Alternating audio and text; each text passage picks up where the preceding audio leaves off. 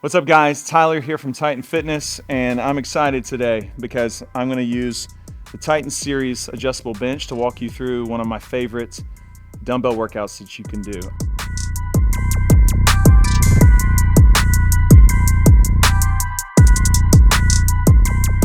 Anytime that I'm hitting an upper body workout, I'm thinking about my chest, my back, and my arms. And this bench helps me hit every single one of those. It's really cool because it's going to adjust really easily between your zero position all the way up to 85 degrees for that really high incline shoulder press. But I love starting off somewhere around 30 degrees, but this bench actually has something right between 30 and 45, which is really cool. And I find that that is the optimal angle for me to get total upper pec and mid pec activation. So we're going to start off with a dumbbell incline press. If you're not familiar with how to do this movement, I'm starting off with a light enough weight for me to be able to control for 20 reps, 30 reps. It needs to be pretty light for you, okay? You pick the weight that works for you. And I'm getting a deep stretch. I'm pulling my elbows down, activating my lats, and I'm pressing up over my face. Deep stretch and press. I want a full range of motion, full contraction. I'm hitting about 8 of those. I'm already warmed up now, but you want to hit about 8 to 10 reps of something that you could even push for 20 to 30 reps. We're not pushing ourselves just yet, just warming up. For my second warm-up set, I'm going to move up the weight just a little bit to something that I could hit for 15 to 20 reps, and I'm going to hit about 6 reps right there. So whenever I'm prepping for what I would call a top set, your working weight, I'm looking for a weight that I can execute proper form with good intensity, high intensity, anywhere between 8 and 12 reps. And I'm looking to push myself to the point where I only have about 1, maybe 2 reps left in the tank, as they say, or 1 or 2 reps left in reserve. So let's hit one of those and we'll keep moving.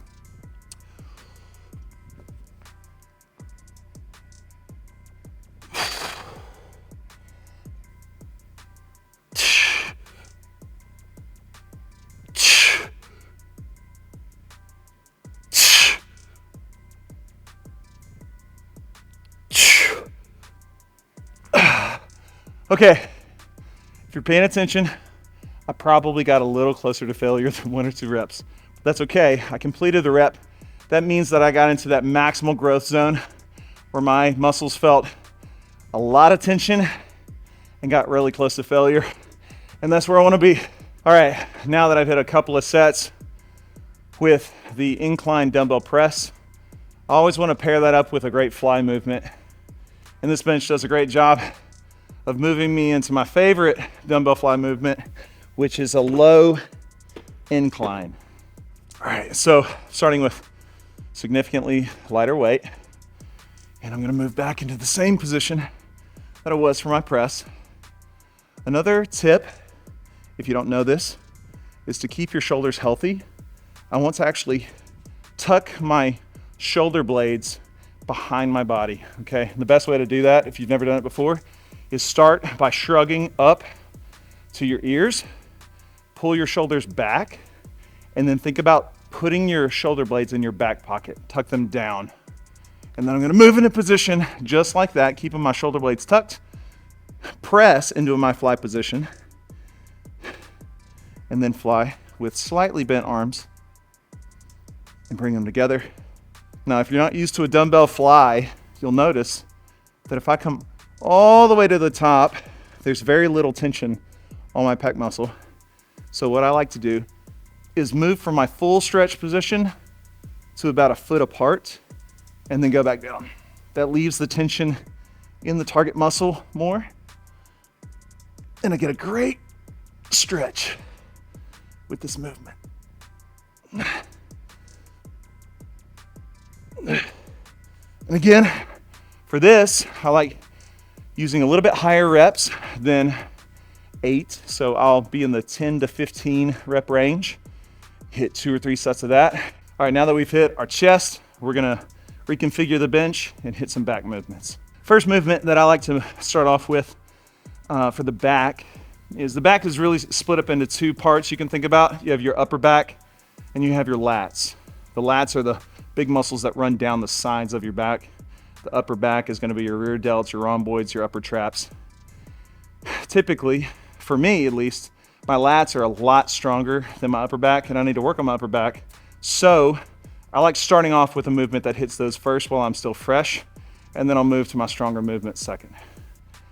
A good rule of thumb that I have found is starting off and almost finishing with the same weight that I would hit an incline dumbbell bench is what I would use for this incline dumbbell row. I'm gonna get into position with my chest supported. I'm gonna allow my arms to go into a deep stretch, roll forward, and then the first movement is not pulling or curling the weight. I'm gonna retract my scapula, my shoulder blades. I'm gonna pull them back, and then I'm gonna flare my elbows. When you first start out, I would advise you to actually break this movement into two parts, the retraction and the pull. Retract and pull. Make sure you get a deep stretch each rep. So now that we have hit our mid back, we flatten the bench out and we're gonna hit our lats with a standard single arm dumbbell row. Now, you're only gonna need one dumbbell for this movement, and a couple of things to keep in mind whenever you set up is start with your non-working side knee on the bench. You're also gonna put your non-working side hand on the bench, and it's pretty simple. It needs to be just right below you. You're gonna grab the dumbbell from right in front of your foot, grasp it, and I have seen a lot of people will flare their leg out, and if for balance sake you need to do that, that's fine. I find that I am able to balance well enough with it tucked pretty close to the bench. It's just a personal preference. You figure out what works for you. And then as I pull, I am not pulling the dumbbell to my shoulder. That includes a lot of bicep. And this is a back movement. I'm trying to activate my lat as much as possible. So I'm gonna let it finish and stretch straight down from my shoulder. But as I pull, I'm thinking about leaving my shoulder down towards the floor, and I'm gonna pull my elbow, not my hand, my elbow to my hip. And as you do that, you will notice a very strong contraction in your lat. And then get up, switch sides, execute the same form. Now I notice, and I like to make small tweaks as I work out, my hand didn't feel quite as good back here because of my wrist flexion issues, so I'm just gonna move up and grasp the top of the bench.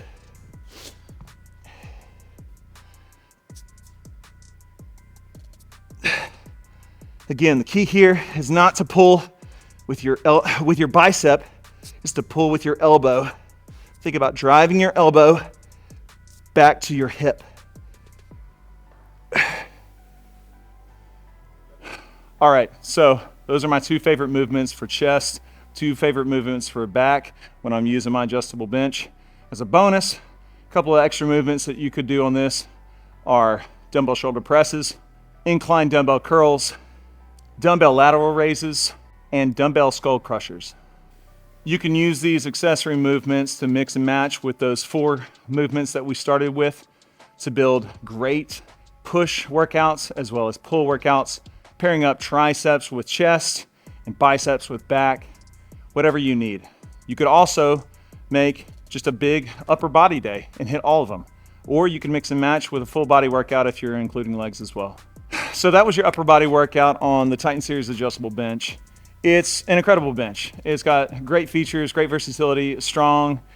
It brings that to the table, but you got to bring everything else. You got to bring consistency with your programming and intensity every session with good form.